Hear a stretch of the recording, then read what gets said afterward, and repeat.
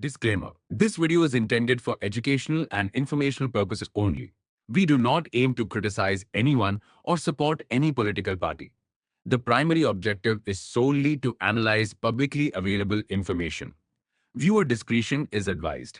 Namaskaram. Nenu మీ మోక్ష.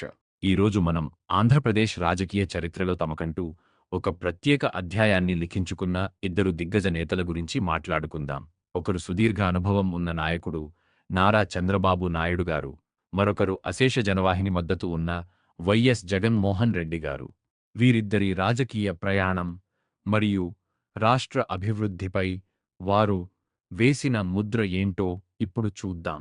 మొదటగా నారా చంద్రబాబు నాయుడు గారిని చూస్తే ఆయన ఒక విజనరీ లీడర్గా పేరు పొందారు. హైదరాబాద్ను గ్లోబల్ ఐటీ హబ్గా మార్చడంలో ఆయన పాత్ర అద్వితీయం.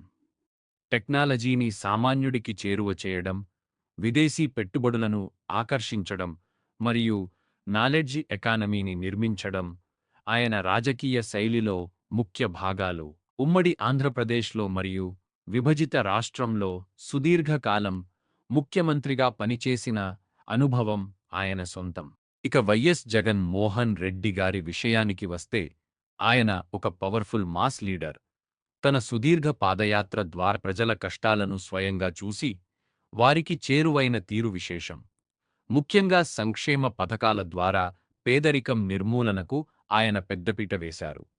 విద్య మరియు వైద్య రంగాల్లో సమూల మార్పులు తీసుకురావడం, నవరత్నాల వంటి పథకాలతో ప్రజలకు అండగా నిలబడటం ఆయన ప్రధాన లక్ష్యంగా సాగారు. ఇచ్చిన మాట మీద నిలబడటం ఆయన రాజకీయ వ్యక్తిత్వంలో ఒక ప్రత్యేకత. వీరిద్దరిలో ఒకరు అభివృద్ధిని ఒక ఆయుధంగా వాడితే మరొకరు సంక్షేమాన్ని బలంగా నమ్మారు.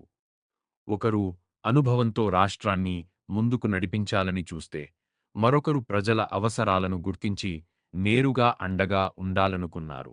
రాజకీయాల్లో గెలుపోటములు సహజం, కానీ ఈ ఇద్దరు నాయకులు ఆంధ్రప్రదేశ్ రాజకీయ చరిత్రలో చెరగని ముద్ర వేశారు.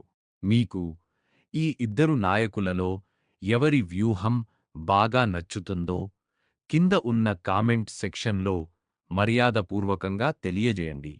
ఇలాంటి మరిన్ని విశ్లేషణల కోసం నా ఛానల్ని సబ్స్క్రైబ్ చేసుకోండి. నేను మీ మోక్ష.